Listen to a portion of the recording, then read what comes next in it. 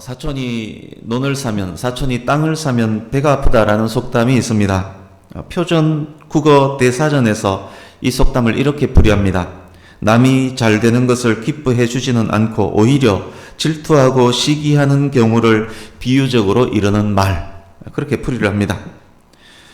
배 고픈 것은 참아도 배 아픈 것은 못 참는다라는 말도 있습니다. 인간 속에 있는 시기 질투를 냉철하게 잘 표현하고 있는 말입니다. 시기 질투에 대한 이야기는 성경에도 많이 나오는데 그중 몇 개만 말씀드리겠습니다. 가인이 시기와 질투로 동생 아벨을 죽이고 인류 최초의 살인자가 됩니다. 이스라엘 초대왕 사울이 시기와 질투로 다윗을 죽이려고 무진장 노력합니다. 대제사장들과 장로들이 예수님을 죽이려고 했던 이유, 가장 큰 이유 중 하나가 그들의 시기와 질투였음이 성경에도 기록이 되어 있습니다.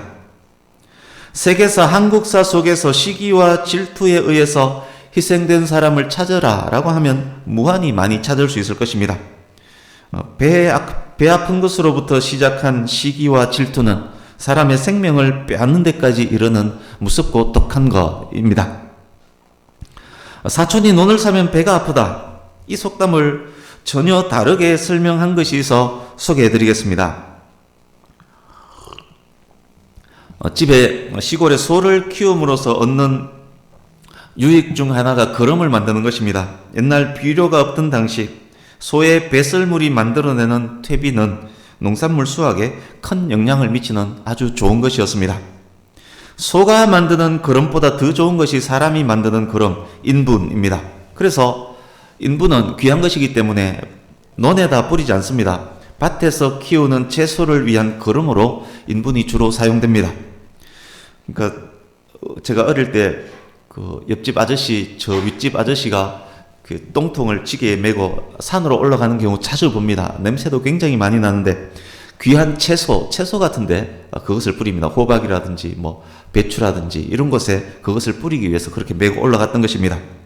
인분이 귀하기에 농사에 꼭 필요한 비료와 같은 것이기 때문에 웬만해서는 자기 집 화장실에서 볼일을 보게 만들었습니다. 그래서 그게 습관적으로 그렇게 된 것인지는 모르겠지만 급하면 쪼르르 자기 집으로 달려와서 자기 집에서 응가를 했었습니다. 사촌이 논을 샀는데 배가 왜 아팠을까요? 사촌이 논을 사고 밭을 샀습니다. 집안의 경사입니다. 축하의 마음을 전하고 싶었습니다. 한적한 때 달빛 어스름한 밤에 배를 문지르며 신호가 오기를 기다립니다. 드디어 신호가 왔습니다. 휴지 들고 사촌이 산 그 논과 밭으로 달려갑니다. 그곳에 앉아서 귀중한 거름을 뿌려주고 옵니다. 사촌이 논을 사면 배가 아프다. 속담, 그 속담의 원래 의미는 바로 이것이다. 고유의 의미가 식민지 당시 일제에 의해서 왜곡되었다. 그렇게 주장하는 사람들이 꽤 많이 있습니다. 확실한 제가 근거를 찾아보려고 저는 이 이야기를 옛날 어느 책에서 읽었는데 그래서 확실한 근거를 찾아보려고 찾아봤지만 정확한 근거는 없습니다. 그게 맞는지 정확히는 알 수 없지만 사실은 두 설명 모두가 일리 있는 것은 확실합니다. 시기와 질투 때문에 배 아플 수 있습니다. 그렇지만 모든 사람이 그런 것은 아닙니다. 사촌이 논을 살 때 진심으로 축하해주며 기뻐하는 사람 얼마든지 있습니다. 혹시 지가지가 도람사라는 말 들어보신 적 있습니까? 지가지가 도람사 말 들어보셨습니까? 네. 지가지가 도람사 무슨 말일까요? 엄청난 의미가 있는 것처럼 여겨지지 않습니까? 이것을 거꾸로 한번 해보십시오. 어떻게 됩니까? 사람도 가지가지입니다. 사람도 가지가지. 정말 사람은 가지가지입니다. 같은 교회 공동체 안에도 가지가지의 사람들이 있습니다. 학교에도 직장에도 정말 가지가지의 사람들이 있습니다. 이웃들도 마찬가지입니다. 가난한 사람, 돈 많은 사람, 착한 사람, 못된 사람, 포악한 사람, 패역한 사람, 높은 계급을 가진 사람, 그렇지 못한 사람, 가톨릭 신자, 불교 신자, 남묘 호랑개교 신자, 그들 가지가지의 사람들의 이웃으로 그리고 같은 공동체 구성원으로 같은 나라의 국민으로 함께 살아가고 있습니다. 2주 전 설교 때 지질학에서 하나님을 만나다라는 책을 소개해 드린 적이 있습니다. 그 책 프롤로그에 이런 글이 있었습니다. 기독교인은 예수님을 바라보지만 불신자는 그런 기독교인을 바라보고 그들이 믿는 하나님을 판단한다. 이 저자가 불신자였을 때의 그 마음이 잘 표현된 그런 말이었습니다. 은혜로 믿음으로 말씀으로 하나님을 알게 된 기독교인들은 하나님을 바라보며 살아갑니다. 그렇다면 믿지 않는 사람들은 하나님에 대해서 어떻게 알까요? 기독교인의 삶을 보고 그 삶에 기반해서 하나님을 판단하게 됩니다. 돈 밝히는 그리스도인을 보고 하나님을 돈 밝히는 신호로 판단합니다. 말만 잘하는 그리스도인을 보고 하나님을 말만 잘하는 신호로 판단을 합니다. 신앙은 생활로 드러납니다. 그래서 신앙 생활을 한다라고 말하는 것입니다. 우리의 신앙 생활이 누구에게 노출되어 있습니까? 내가 아는 그 사람, 옆집에 사는 바로 그 사람, 유순한 그 사람에게만 노출이 되어 있습니까? 그렇지 않습니다. 가지 사람들 모두에게 우리의 신앙 생활이 노출이 되어 있습니다. 신앙은 지가지가 도람사 속에서 실천되고 검증되어야만 하는 생활인 것입니다. 그래서 오늘 말씀은 하나님을 경외하는 지혜로운 성도임이 이웃과의 관계에서 어떻게 나타나야 하느냐, 가지의 사람들 속에서 그리스도인은 어떤 인간관계를 가져야만 하느냐에 대한 말씀입니다. 5월 가정의 달, 특히 어린이 주일에 하나님께서 이 말씀을 주심으로 우리 가정과 가문에 그리고 부모된 우리에게 무엇을 명령하시는지 깊이 생각할 수 있기를 바랍니다. 그 명령에 순종하기를 다짐하면서 그리고 순종할 때 무엇을 약속하시는지도 집중하면서 말씀 귀 기울여 주시기 바랍니다. 오늘 읽었던 이 본문 전체의 주제는 선한 인간관계를 가지라입니다. 이 본문을 3개 단락으로 나눌 수 있습니다. 27절, 28절을 첫 번째 단락으로, 여기에는 적극적 관용을 실천하라는 내용입니다. 두 번째 단락이 29절에서 31절, 이웃을 향한 분쟁과 포악을 금하라는 내용입니다. 마지막 단락이 32절에서 35절, 32절에서 35절 내용은 첫 번째, 두 번째 단락을 명령한 이유, 그 이유가 무엇인지에 대한 설명입니다. 이 주제와 이 단락 나눔에 의해서 이제 조금 더 자세히 들어가 보겠습니다.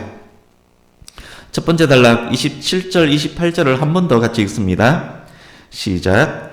내 손이 선을 베풀 힘이 있거든 마땅히 받을 자에게 베풀기를 아끼지 말며 내게 있거든 이웃에게 이르기를 갔다가 다시 오라 내일 주겠노라 하지 말며. 27절에 특이한 내용이 하나 있습니다.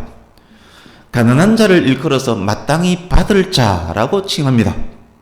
가진 자로부터 당연하게 받을 권리가 가난한 자에게 있다는 말인가요?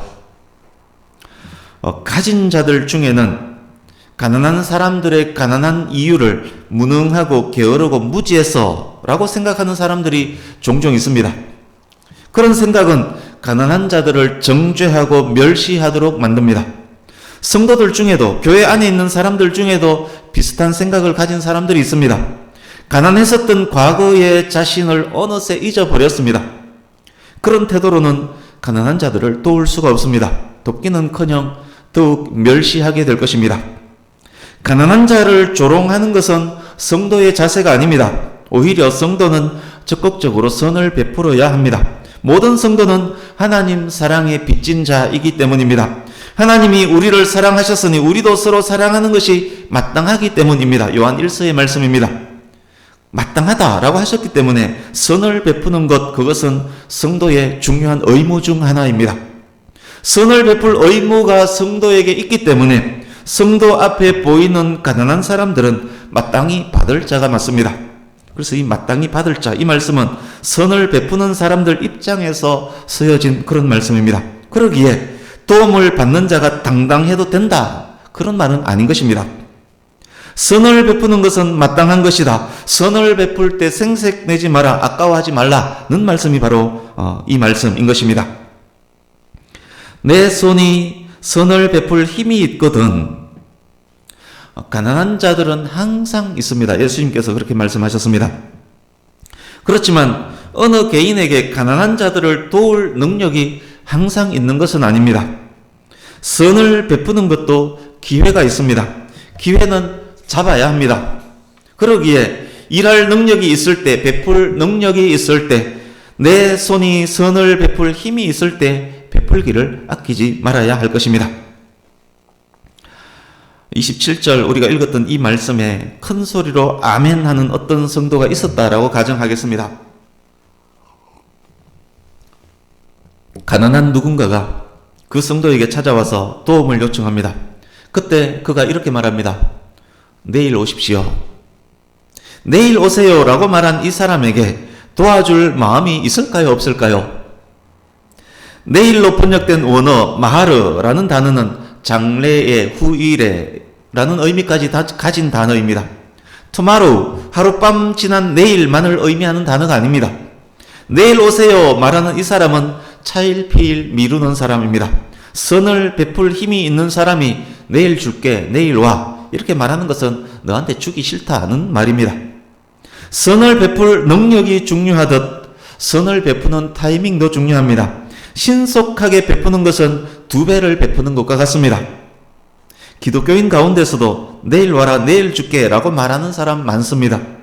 일한 대가를 제때 받겠다는데도, 그러니까 일당을 받겠다는데도, 일하고 내 돈 받겠다는데도 내일 줄게, 내일 와라 라고 말하는 악덕 고용주, 그런 사람들 중에도 기독교인들이 있습니다.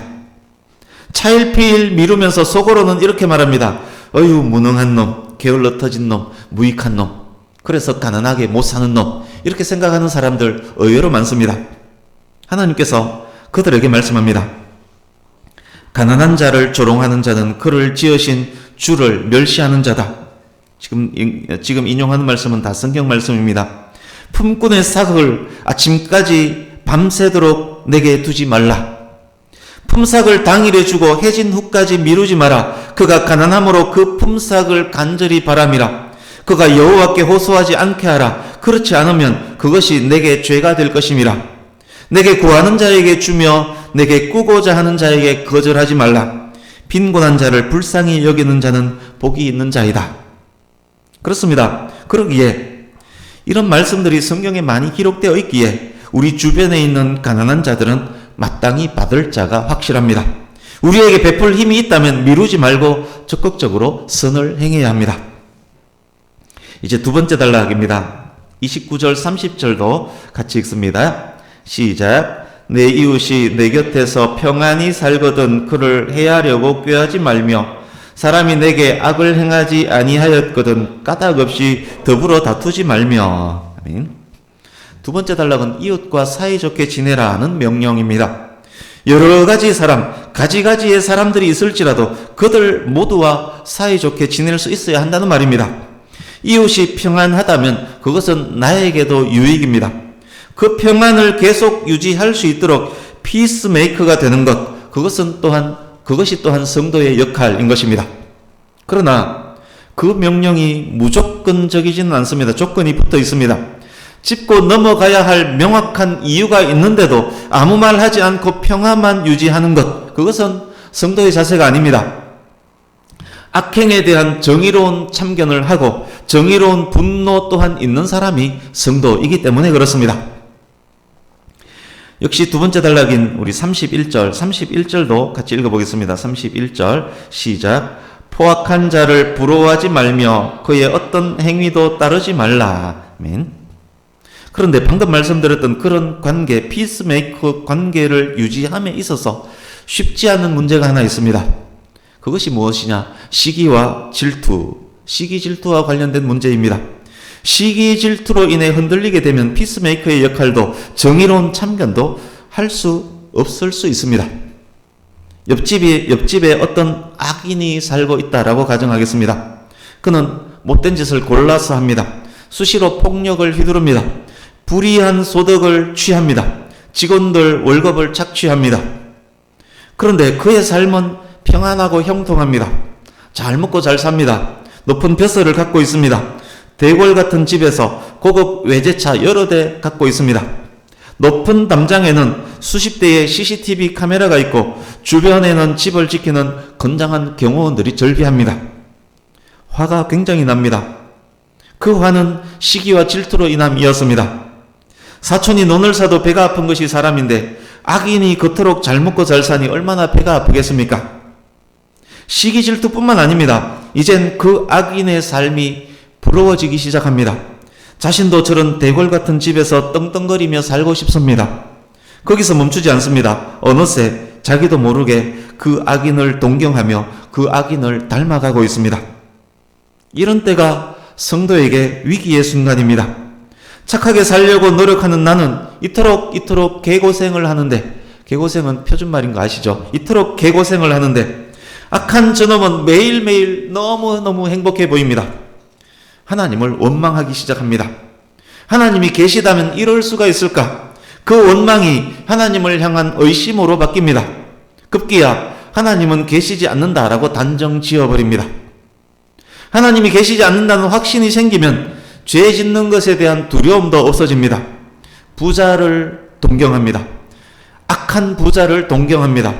그들의 불의는 생각하지 않고 그들에게 있는 돈과 권력을 봅니다.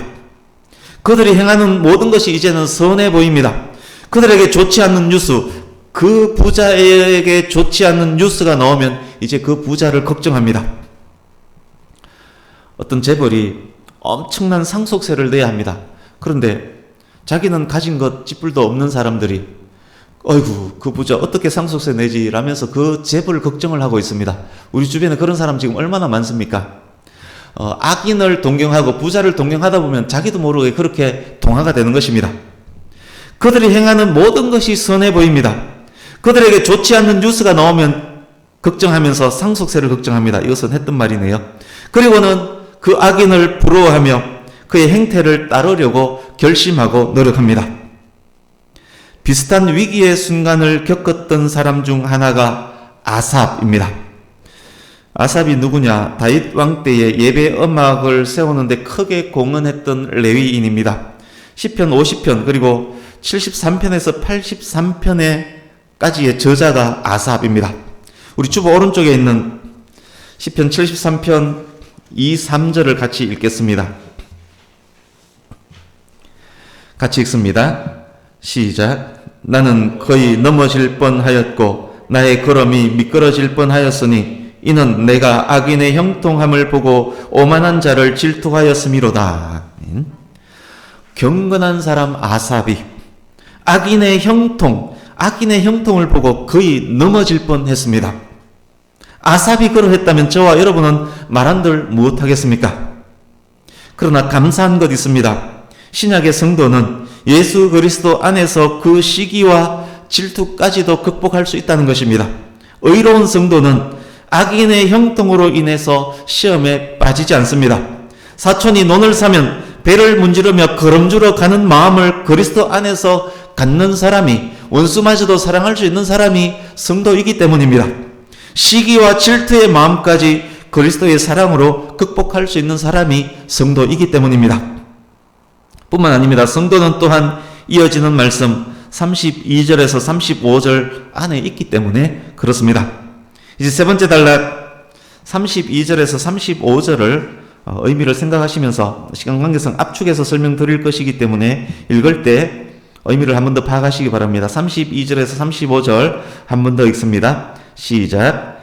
대저 패역한 자는 여호와께서 미워하시나 정직한 자에게는 그의 교통하심이 있으며 악인의 집에는 여호와의 저주가 있거니와 의인의 집에는 복이 있느니라. 진실로 그는 거만한 자를 비웃으시며 겸손한 자에게 은혜를 베푸시나니 지혜로운 자는 영광을 기업으로 받거니와 미련한 자의 영달함은 수치가 되느니라. 아멘.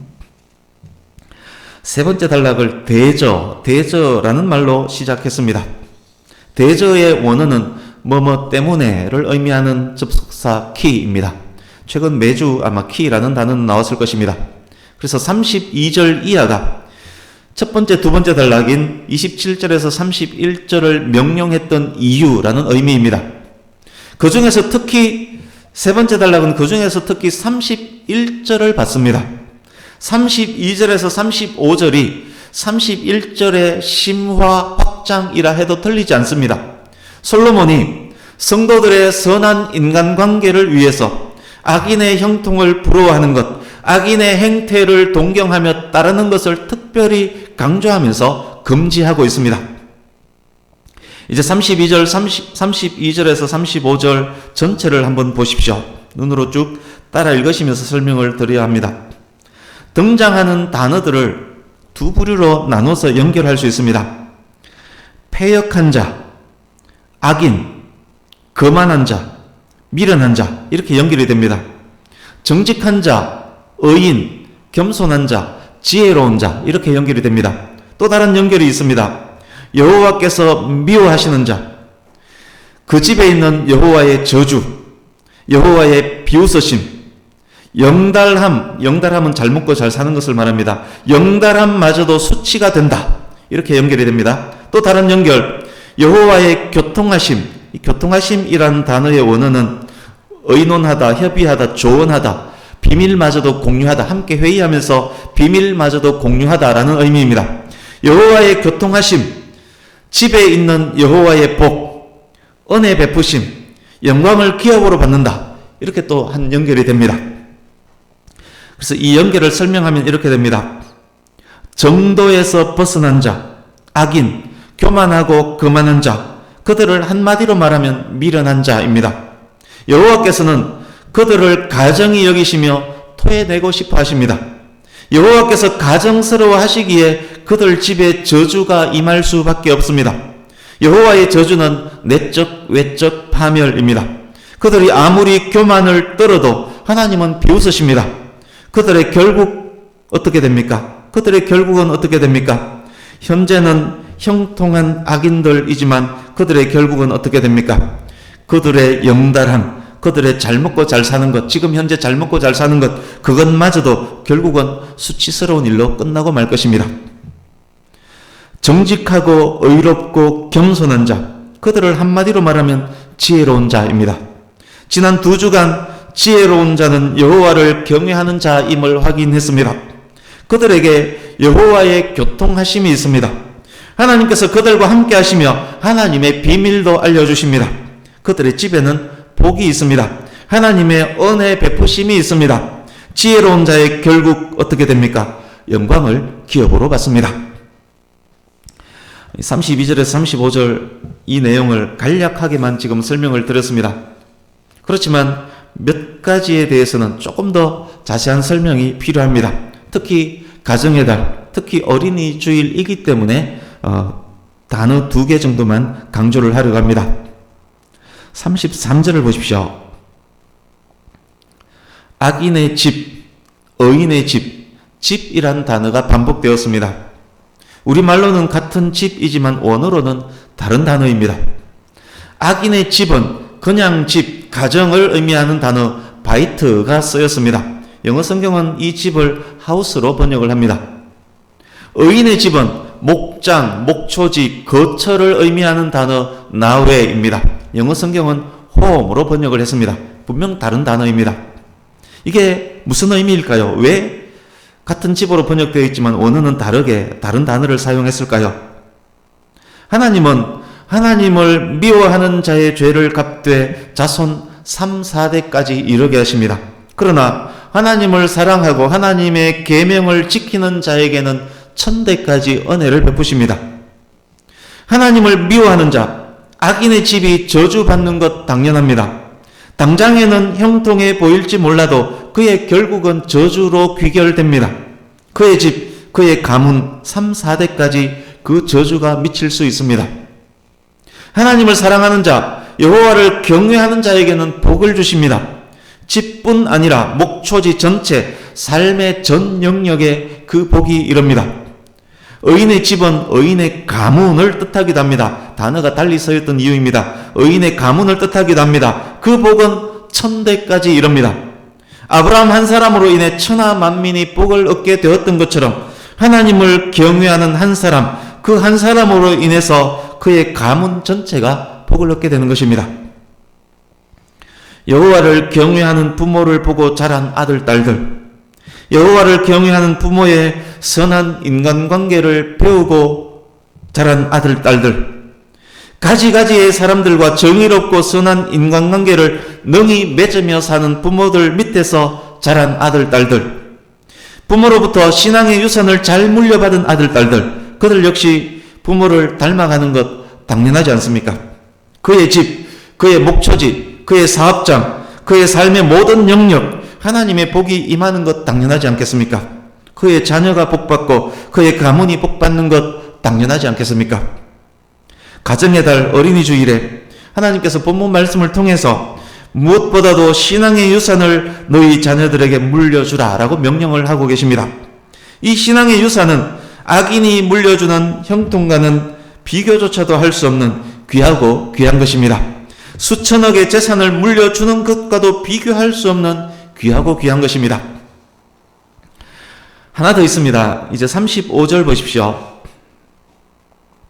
지난 2주간 말씀의 핵심 주제인 지혜로 다시 돌아왔습니다. 지금까지 언급되었던 삶들, 얼핏 보기에는 도덕과 윤리를 말하는 것 같았지만 35절을 딱 보니까 지혜의 차원이었음이 확인이 됩니다. 지혜가 엄청 신비롭고 엄청 지능적인 것, 그런 것 아닙니다. 때로는 손해도 보며 계산하지 않으며 포악하지 않으며 악인의 형통을 부러워하지 않고 선을 행하며 여호와를 경외하는 삶을 지속적으로 살아가는 것, 그것이 바로 지혜입니다. 충분히 가까이에 있는 것이 지혜이지만 그러나 악인은 결코 지혜자의 삶을 살 수 없습니다. 결국 악인은 어리석은 자입니다. 악인의 결국은 그들의 높은 벼슬, 많은 재산마저도 수치가 되고 말 것입니다. 그의 영달함은 3, 4대를 이어가지 못할 것입니다. 그러나 지혜자는 어떻습니까? 지혜자는 영광을 기업으로 받습니다. 영광을 소유로 얻고 그 영광이 상속된다는 말입니다. 여호와를 경외하는 삶을 살면 결국 영광으로 귀결되고 그 영광이 대를 잇게 된다는 말입니다. 비록 지금은 가난하고 어려운 환경에 처해 있을지라도 하나님을 경외하는 그의 결국은 영광으로 귀결될 것입니다. 설교 시작하기 전에 올려드렸던 찬송가 가사 기억나십니까? 세상의 영광 나 안 보여도 언제나 주님은 나의 기업. 여호와를 경외하는 그에게 하나님께서 직접 기업이 되어주십니다. 그 기업은 대를 이어갈 것입니다. 수백 수천억 유산을 자녀에게 물려주는 것보다 여호와를 경외하는 마음으로 철저히 사는 것, 그 삶을 자녀들이 보는 것, 그것이 자녀에게 물려주는 최고 최상의 기업입니다. 자녀들도 사는 동안 선한 관계를 유지하게 될 것이라는 말입니다. 부모를 닮아서 그 자녀도 사는 모든 날 동안 이웃과 선한 관계를 유지하게 될 것입니다. 자녀들도 가지가지 사람들 모두에게 하나님이 어떤 분이신지를 제대로 보여주는 사람이 될 것이라는 말입니다. 이런 지혜자가 살아가는 삶은 선한 삶이 될 것입니다. 자식은 자식의 자식에게 동일한 유산을 물려줄 것입니다. 대대로 최고의 유산을 물려주는 가문, 그런 가문을 만들어갈 것입니다. 솔로몬이 그래서 35절을 통해서 지금 이렇게 말하는 것입니다. 35절은 오늘 본문의 결론과 같은 구절입니다. 솔로몬이 이렇게 말합니다. 내 할 말 이제 다 했다. 이제 알겠느냐? 진실로 지혜로운 자라면 영광을 기업으로 받을 것이고 미련한 자라면 모욕을 받게 될 것이다. 이 말씀을 읽는 모든 사람들이여 이제 어떡할 거냐? 지혜로운 자가 될 것이냐? 미련한 자가 될 것이냐? 입 아파서 더 이상 말 못하겠다. 네가 택해라 라고 말하면서 딱 3장을 마치고 있습니다. 사랑하는 성도님 여러분, 여러분께서는 어떤 삶을 살기를 원하십니까? 여러분의 자녀들을 진정으로 사랑하지 않습니까? 여러분의 자녀들도 참 복을 누리기를 원하지 않습니까? 여러분은 자녀에게 무엇을 물려주기를 원하십니까? 고기를 주기 원하십니까? 고기 잡는 법을 알려주기를 원하십니까? 여호와를 경외하는 삶, 지혜자의 삶, 우리가 그 삶을 사는 것이 가장 크고 귀한 유산을 물려주는 것입니다. 늦었다고 생각하지 마십시오. 천대를 이어갈 복이기 때문에 지금 우리가 시작한다면 조금 늦은 것이 아닙니다. 지금 우리가 시작할 수 있다면 그냥 1000대 중에 조금 늦은 것일 뿐입니다. 지금 시작하면 됩니다. 말씀 한 곳을 읽으면서 말씀을 마무리하려고 합니다. 지금까지 나눈 모든 말씀을 기억하시며 그리고 사랑하는 가족, 특히 자녀들을 생각하시며 순종을 다짐하면서 읽을 수 있기를 바랍니다. 시편 37편으로 갑니다. 구약성경 828페이지.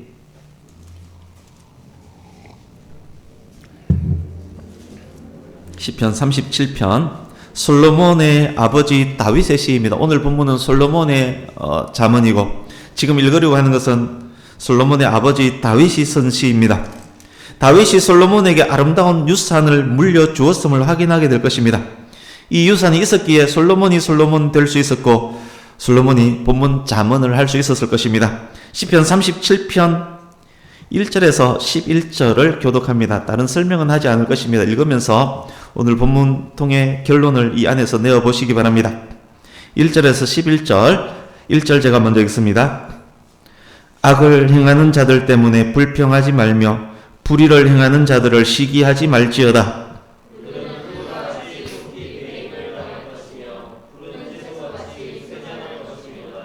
여호와를 의뢰하고 선을 행하라. 땅에 머무는 동안 그의 성실을 먹을 거리로 삼을지어다.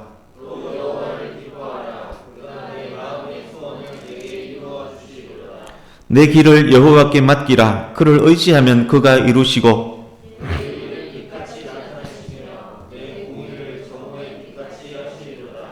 여호와 앞에 잠잠하고 참고 기다리라. 자기 길이 형통하며 악한 꾀를 이루는 자 때문에 불평하지 말지어다.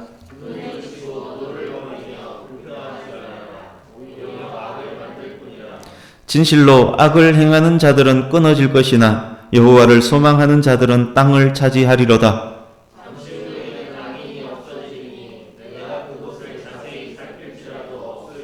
같이 읽습니다. 그러나 온유한 자들은 땅을 차지하며 풍성한 화평으로 즐거워하리로다. 아멘. 이제 25절, 26절을 같이 읽습니다. 25절, 26절 시작. 내가 어려서부터 늙기까지 어인이 버림을 당하거나 그의 자손이 걸식함을 보지 못하였도다. 그는 종일토록 은혜를 베풀고 꾸어주니 그의 자손이 복을 받는도다. 아멘. 이제 다시 본문으로 오셔서 35절을 한 번 더 읽겠습니다. 본문 35절 시작. 지혜로운 자는 영광을 기업으로 받거니와 미련한 자의 영달함은 수치가 되느니라. 아멘. 말씀을 마칩니다. 여호와를 경외하는 지혜로운 삶을 더욱 살아가는 우리 모두가 되기를, 하나님께서 주시는 영광을 기업으로 받는 저와 여러분 모두가 되기를 예수님 이름으로 축복합니다. 아멘. 기도하겠습니다.